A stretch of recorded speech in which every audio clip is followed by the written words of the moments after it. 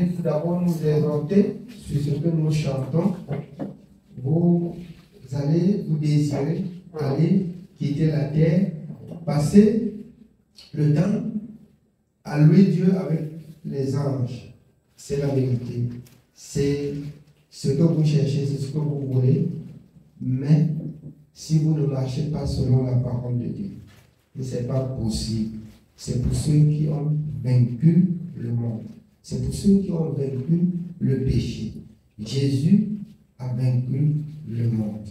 Jésus a vaincu le péché. Et ce qui peut empêcher un enfant de Dieu d'aller louer Dieu avec les anges, c'est le péché. Le péché, c'est la transgression de la justice, de la parole de Dieu. Quand vous laissez sans faire ce que Dieu a dit, vous ne pouvez pas être en paix. Il n'y a rien à faire. Surtout quand vous connaissez que Dieu dit et vous ne faites pas, vous n'aurez jamais de paix, comme il est écrit qu'il n'y a point de paix pour le méchant. Or, le pire méchant, c'est celui qui connaît la volonté de Dieu et ne fait pas. Tu es méchant. Tu n'es pas injuste, tu es méchant. Parce qu'il est écrit même que les injustes n'hériteront pas le royaume des cieux. Les injustes, sans être méchants, ce sont ceux qui marchent encore dans le péché sans connaître Dieu.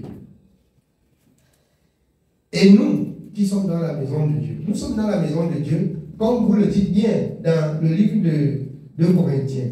Ceux qui sont nés de Dieu, les choses anciennes sont passées et voici toutes choses sont devenues nouvelles. Si nous sommes des enfants de Dieu et que les choses pour lesquelles nous souffrons autrefois ne disparaissent pas, la souffrance va doubler. Ça va doubler.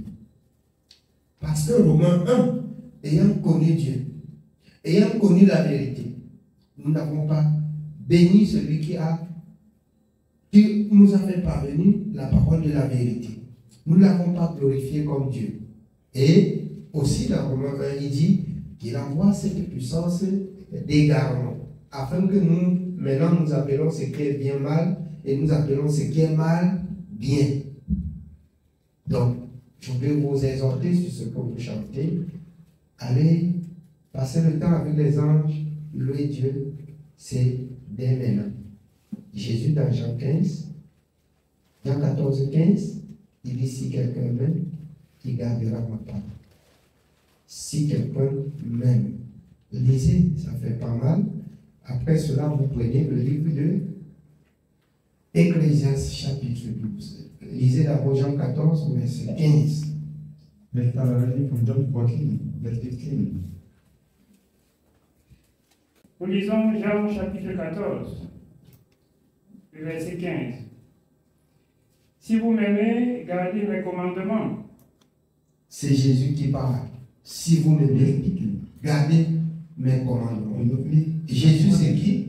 Jean 3, verset 16. Lisez Jean 3, 16. John 3, verset 16. Nous lisons Jean chapitre 3, verset 16. Car Dieu a tant aimé le monde qu'il a donné son Fils unique, afin que quiconque croit en lui ne périsse point, mais qu'il ait la vie éternelle. C'est ici l'amour de Dieu manifesté pour les hommes sur la terre, qu'il a envoyé son Fils unique, afin que quiconque croit en lui. Or, croire en lui veut dire garder ce qu'il a dit, garder ce qu'il a prêché. Si vous m'aimez, Jean 14, 15, gardez mes commandements. Parce que Dieu a tant aimé le monde qu'il a donné son Fils unique afin que quiconque croit en lui ne périsse pas, mais qu'il ait la vie éternelle. Or, la vie éternelle consiste à garder ses commandements. La vie éternelle consiste à garder ses commandements. Ecclésiaste 12, à partir du premier verset. Nous lisons Ecclésiaste chapitre 12. Nous commençons au verset 1. Jeune homme, Réjouis-toi dans ta jeunesse, livre ton cœur à la joie pendant les jours de ta jeunesse. Marche dans les voies de ton cœur et selon les regards de tes yeux. Mais sache que pour tout cela, Dieu t'appellera en jugement. Amen. Jeune homme, Young man, jeune femme, young lady, écoutez ce que Dieu dit. listen to what God says. Dieu dit que ton cœur veut ceci. He says your heart wants this, Ton cœur veut cela. your heart wants that, Ton cœur désire ceci. Ton cœur désire cela. or that. Si tu veux, tu livres ton cœur. Tu livres ta vie à ce que ton cœur veut. If you care, say your Si tu veux, tu livres ta vie à ce que ton cœur veut. Mais sache que ce que ton cœur veut là, tu dois rentrer dans la parole de Dieu pour voir si ce que ton cœur veut est selon la parole de Dieu. Parce que Dieu va ramener toute ta conduite, toute ta vie en jugement. Pour vous qui prenez la parole de Dieu avec légèreté. Pour vous qui venez aussi d'entendre. Ça me rappelle Jean 12. C'est une parole que celui qui a déjà écouté. Dieu est aussi tellement élevé et intelligent qu'il a voulu que la parole de Dieu atteigne les extrémités et chaque personne. Je ne sais comment, mais quand tu as entendu, ça reste pour toi une délivrance ou une condamnation. Ou ça te sauve, ou tu meurs pour mourir. Ou tu vis pour mourir et vivre, ou tu meurs pour mourir et mourir. De cela dépend de toi. De cela dépend de ta vie. De cela dépend de ta vie. Fais ce que ton cœur veut. Mais si tu es assez intelligent et sage, sache que ce que ton cœur veut là, tu dois lire la parole de Dieu pour voir si ce que ton cœur veut là, c'est ce que Dieu veut. Si ce n'est pas ce que Dieu veut, alors, tu vas, Luc 14, 25, tu vas dire non à ton cœur, voici ce qui est bien pour ma chair. Vous les jeunes gens, jeunes hommes et jeunes femmes, on ne trompe pas par-ci, par-là. Des choses abominables que Dieu a condamnées et que vous ne cherchez pas à connaître. C'est la souffrance. Et si ce n'est pas la grâce, c'est la souffrance éternelle. Amen. Oui, bien-aimé, on continue. Nous continuons au verset 2. Bannis de ton cœur le chagrin et éloigne le mal de ton corps. Bannis le chagrin de ton cœur. Éloigne le mal de ton corps.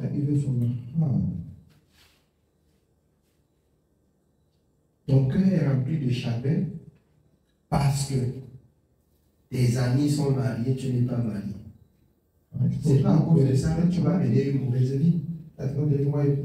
Ton cœur est rempli de chagrin parce que tes amis sont riches, tu n'es pas riche.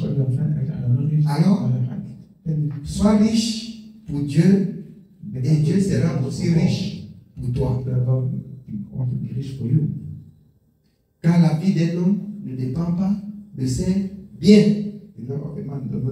Dieu sait ce qui est bien pour toi. Je te conseille avant tout que tu fais ce que Dieu a dit et il se souviendra de toi. Bannis ton cœur. Bannis de ton cœur les chagrins. Éloigne le mal. Parce que quand tu regardes ta vie, tu regardes tes égos, ça donne la frayeur dans ton cœur. Et du coup, tu as la hâte de faire aussi comme tes amis. Non, fais comme Dieu te dévore. Fais comme Dieu t'enseigne. Dieu n'abandonne personne. God abandoned L'apôtre Pierre, dans Acte 10, je reconnais qu'en toute nation, celui qui craint l'Éternel et qui observe ses commandements, il ne fait acception de personne. Dans Deutéronome, à lui appartient les cieux et les cieux, la terre et tout ce qui renferme. Il donne à qui il veut. Mais je vais te dire, ce que Dieu veut leur donner, ce sont les fils qui obéissent à Dieu. Dieu dispose pas. Je vous rappelle toujours dans Matthieu 4, Jésus, après avoir jeûné 40 jours, fut tenté par le diable. Parce qu'il y avait la famille. Mais il n'a pas cédé. Je parle pour arriver à ce qui concerne la convoitise. Alors, c'est la famille souvent qui vous donne d'accepter certaines choses. C'est la famille qui vous donne de prendre certaines décisions. Or, la décision que vous deviez prendre devait être conforme à la parole de Dieu. Sinon, la famine peut vous amener loin. La convoitise, même pas la famine, de ce que vous voulez. Parce que vos amis ont, vous voulez aussi avoir. Mais Jésus a résisté. L'homme ne vivra pas de pain seulement, mais de toute parole qui sort de la bouche de son Créateur. Amen. Et ici, nous allons lire 1 Jean 2, 15 à 17, pour encore bien comprendre. 1 Jean 2, 15 à 17. Première épître de Jean, chapitre 2. Nous lisons du verset 15 au verset 17. N'aimez point le monde, ni les choses qui sont dans le monde. Si quelqu'un aime le monde, l'amour du Père n'est point en lui. Car tout ce qui est dans le monde, la convoitise de la chair, la convoitise des yeux et l'orgueil de la vie, ne vient point du Père, mais vient du monde. Et le monde passe. N'aimez point le monde, ni les choses qui sont dans le monde. Tout ce qui est dans le monde, la convoitise, ça passe. Ça passe. Mais la vie éternelle promise par Dieu, si vous avez fait ce que Dieu a dit, ça ne passe pas. Dieu vous accorde ce qu'il a promis. Jusqu'au verset 17. Nous sommes au verset 17. Et le monde passe et sa convoitise aussi. Mais celui qui fait la volonté de Dieu demeure éternellement. Mais celui qui fait la volonté de Dieu demeure éternellement. Demeure éternellement. N'aimez point le monde, ni les choses qui sont dans le monde. Jeune homme, jeune femme, le monde ici, c'est ce qui ne loue pas Dieu. Il ne faut pas aimer les choses que...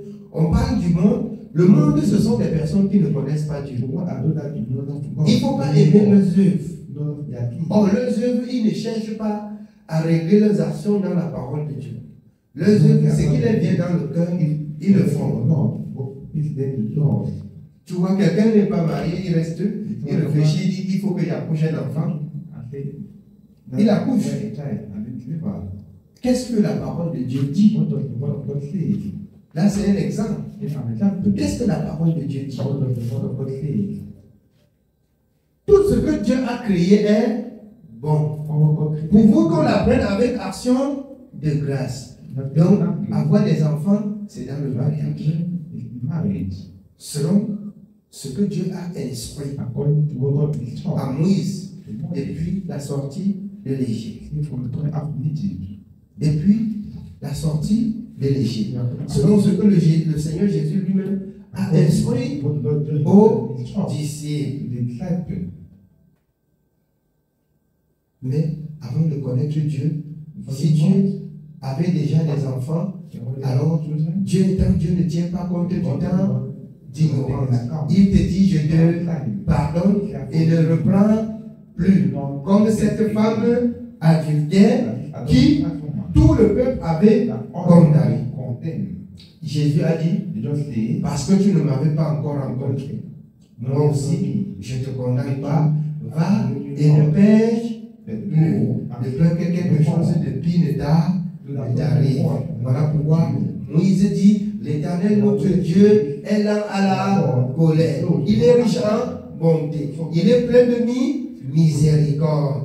Parce que tu viens avec tout ce bagage sale. Il te nettoie et il dit, ne reprends plus. Si tu écoutes, tu ne crois pas, elle te condamne également. Ça c'est Jean 12, à partir du verset 47e. Amen. Oui, bien-aimé, on rentre dans le livre d'Ecclésiaste 12. Ecclésiaste chapitre 12, nous continuons au verset 2.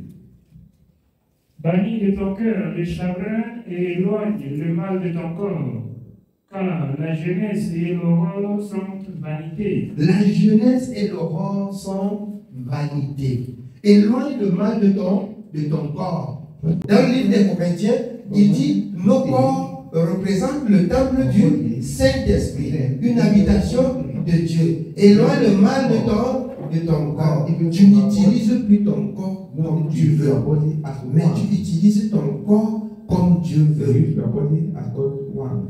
Tu utilises ton corps comme Dieu veut.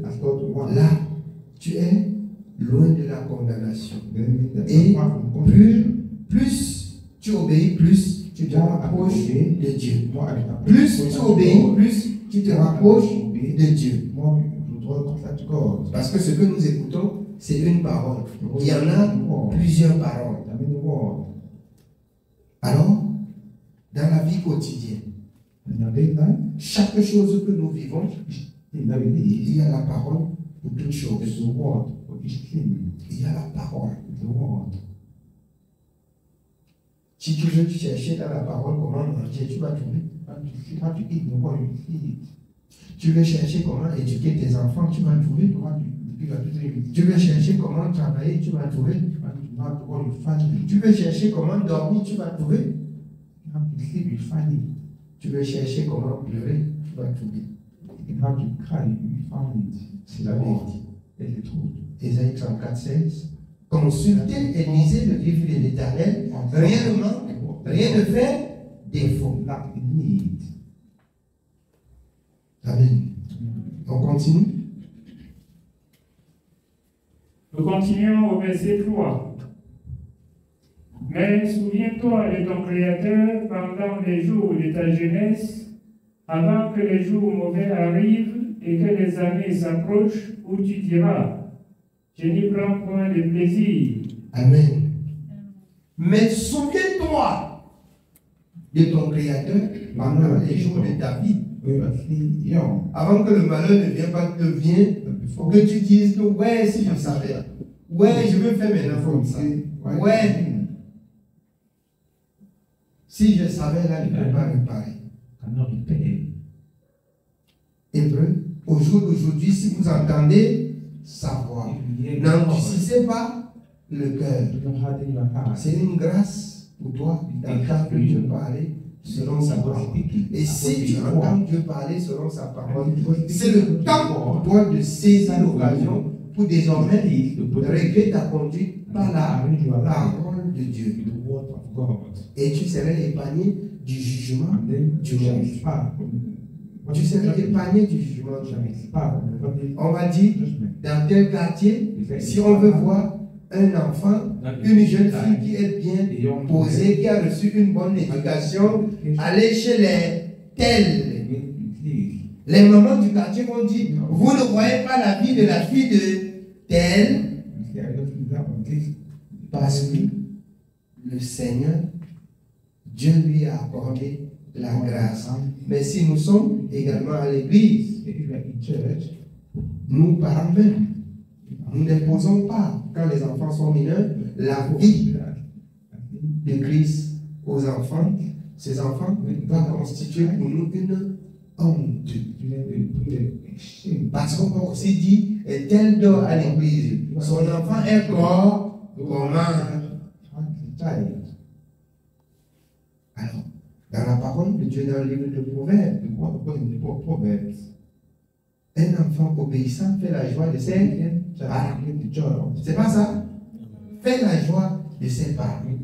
Mais l'enfant rebelle est la carie pour les autres. Le père et la mère pleurent tous les jours.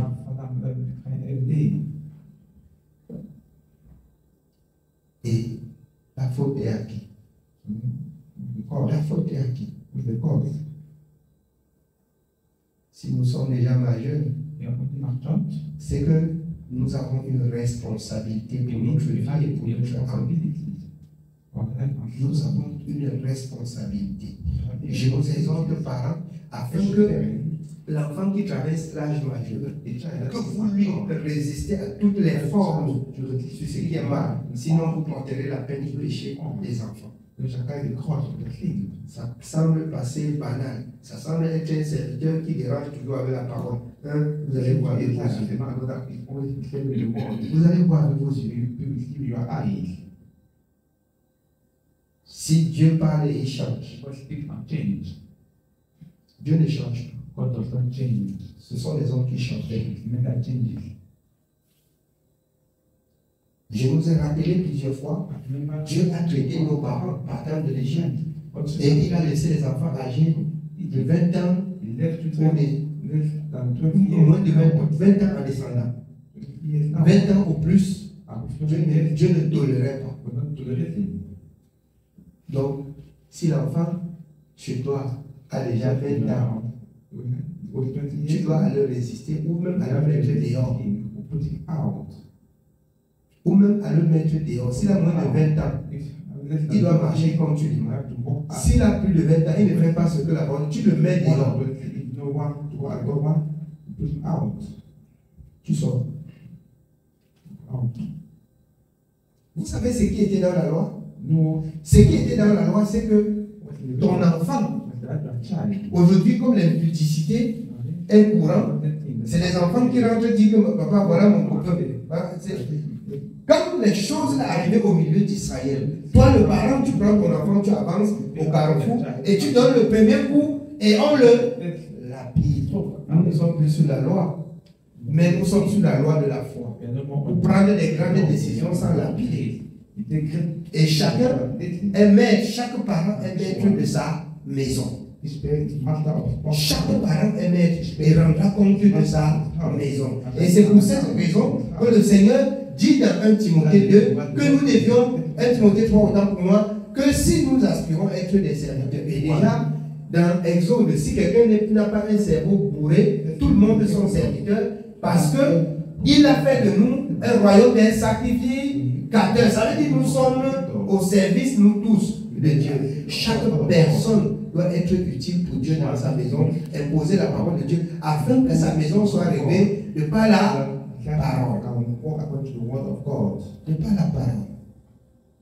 Si quelqu'un ne peut plus faire ce que Dieu a dit, s'il est vraiment majeur, vraiment, il se sépare de nous. Il quitte. Il quitte. Je vais prendre ici un exemple. Le fils prodige, quand il a senti qu'il devait mener la mauvaise vie, c'est pas ça.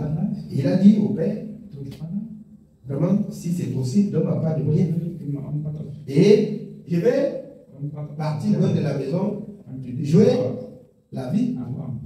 Bien qu'il n'a pas dit à son père qu'il va jouer la vie. Dieu. Son père, alors, lui est laissé partir. Il a vu dehors que c'est mauvais. Il est rentré se repentir pour servir Dieu. Parce qu'il a vu que dehors c'est mauvais. Et on a plus entendu que le fils prodige est encore parti. Donc il a senti que dehors là, c'est mauvais. C'est mieux qu'on reste à la maison et on obéit. C'est pas ça? Ou je lis seul. C'est mieux qu'on reste à la maison et on obéit. Amen. Oui, bien aimé, on continue. Nous continuons au verset 4. Avant que s'obscurcissent le soleil et la lumière, la lune et les étoiles, et que les nuages reviennent après la pluie, tant où les gardiens de la maison tremblent, où les hommes forts se couvrent, où celles qui moulent s'arrêtent parce qu'elles sont diminuées, où ceux qui regardent par les fenêtres sont obscurcis, où les deux battants de la porte se ferment sur la rue quand s'abaisse le bruit de la meule, où l'on se lève au chant de l'oiseau, où s'affaiblissent toutes les filles du champ, où l'on redoute ce qui est élevé, où l'on a des terreurs en chemin, où l'amandier fleurit, où la sauterelle devient pesante, et où la pape n'a plus d'effet, car l'homme s'en va vers sa demeure éternelle, et les pleureurs parcourent les rues. Les gens vont rester pleurer parce que tu es mort. Mais je vous dis, si tu as obéi à la parole de Dieu, avant de mourir, ceux qui sont dans le Seigneur, ils ne vont pas pleurer comme le monde, parce que vous allez vous revoir. Et on pleure beaucoup. La séparation fait qu'on pleure. Le monde pleure jusqu'à déchirer les habits parce qu'il ne te verra plus jamais. Ou vous allez souffrir encore pour le feu. Mais pour ceux qui meurent dans le Seigneur, la mort ne doit pas être aussi précoce. Si on a bien vécu, alors on meurt même en louant Dieu. Et la parole de Dieu dans Daniel 12, à la fin, va s'accomplir. Où les uns vont ressusciter pour le groupe éternel et les autres pour la vie éternelle, elle doit s'accomplir. Tu sais que tu as accompli ta mission et le reste va se jouer. Il y a ta place auprès de l'éternel. Et en attendant, quand tu obéis, à partir de la terre, Dieu prend soin de toi. Tu ne dors plus, tu dis comment vous suivez aujourd'hui jusqu'à hier sauté et je suis tombé dans le fourré. Tu sautes jusqu'à tu tombes dans le fourré qu'on te poursuit. Ce sont les démons, ce n'est pas Dieu. Dieu ne peut pas te poursuivre jusqu'à tu tombes dans le fourré. Ce n'est pas possible. Ce n'est pas possible. Dieu, comme il est dit dans Jacques 3, à partir du verset 13, le fruit de la justice est semé dans la paix par ceux qui recherchent la paix. Et quand Dieu veut te parler, il te parle en vue de la paix si tu es un enfant de paix. Ce n'est pas la guerre, ce n'est pas le trouble que Dieu va t'accorder. Vous voyez Élie dans le désert? Quand Dieu vient le parler, Élie dit qu'il s'assoit, il entend d'abord un vent là, le tonnerre, le tremblement de terre. Lui-même il se recule et dit Dieu n'est pas dans l'autre ciel. Mais après il a entendu quoi? Un léger vent doux qui vient. Vous savez, le léger vent doux qui vient, c'est comme le vent du climatiseur qui ne fait pas de bruit. Ça sonne là. Ça sonne là. Ça ne fait pas de bruit. Mais c'est bien. C'est doux. Il dit, ici, c'est l'Éternel. Et Dieu dit, Élie, tu fais quoi là? Alors, il commence à se ressentir dans son cœur que Dieu est là. Donc, si toi tu cours, jusqu'à les rochers se font, tu tombes dedans, ce n'est pas Dieu. Tu cours, tu te retrouves dans les bateaux, ça va au fond de l'eau, là, ce n'est pas Dieu. Tu te retrouves que tous les doudous et les noirs dans le sommet, là, ce n'est pas Dieu. Dieu, c'est la lumière. Il n'y a point de commun entre la lumière et les ténèbres. Ce qui est noir, là, c'est l'obscurité. C'est l'obscurité. Dieu quand vous lisez, alors Dieu, quand il se résume par le Saint-Esprit, alors c'est la paix, c'est la joie, par le Saint-Esprit, c'est la vie, c'est le repos, c'est un cœur doux. Comme il dit dans le proverbe, un cœur doux est un meilleur médicament pour tout le... Un cœur calme, c'est un meilleur médicament pour tout le cœur, tout le corps. Mais si ta vie fait que ton cœur bondit, ça saute, ça tombe, c'est probable que les maladies suivent. Parce que le cœur n'est pas posé. Ça crée un tempérament dans le corps que le sang ne respecte plus l'ordre de circulation. Ça trouve que le sang. Et qu'est-ce qui suit? C'est la maladie. C'est la maladie. Mais si ton cœur est posé et que ça pompe normalement, le sang jaillit sur la vitesse normale. Quand on parle de la tension, de l'AVC, c'est quoi? C'est que le cœur là, ça ne produit plus normalement. C'est pas ça? Ça ne produit plus normalement. Vous avez beaucoup étudié à l'école, mais si je me trompe, vous me dites que je me trompe. Mais le cœur là, celui qui distribue dans le sang dans le corps là, c'est que ça ne fonctionne plus normalement. Donc, ça n'est même pas. Amen. Oui, bien aimé. Nous continuons au verset 8. Avant que le cordon d'argent se détache, que le vase d'or se brise, que le seau se rompe sur la source et que la roue se casse sur la citerne, avant que la poussière retourne à la terre comme elle y était et que l'esprit retourne à Dieu qui l'a donné. Vanité des vanités, dit l'Ecclésiaste, tout est vanité. Outre que l'Ecclésiaste fut un sage, il a encore enseigné la science au peuple et il a examiné, sondé, mis en ordre un grand nombre de sentences. L'Ecclésiaste s'est efforcé de trouver des paroles agréables et ce qui a été écrit avec droiture, ce sont des paroles de vérité. Les paroles des sages sont comme des aiguillons et rassemblées en un recueil, elles sont comme des clous plantés donnés par un seul maître. Du reste, mon fils, tire instruction de ces choses. On ne finirait pas si l'on voulait faire un grand nombre de livres, et beaucoup d'études est une fatigue pour le corps. Écoutons la fin du discours. Crains Dieu et observe ses commandements. C'est là ce que doit faire tout homme. Car Dieu amènera toute œuvre en jugement au sujet de tout ce qui est caché, soit bien, soit mal. Amen.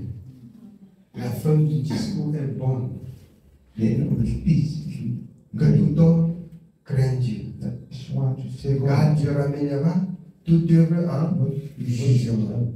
Au sujet de ce qui se passe sur la terre, soit bien, soit mal. Amen. Je ne vais pas être très long ce soir. Que le Seigneur nous bénisse.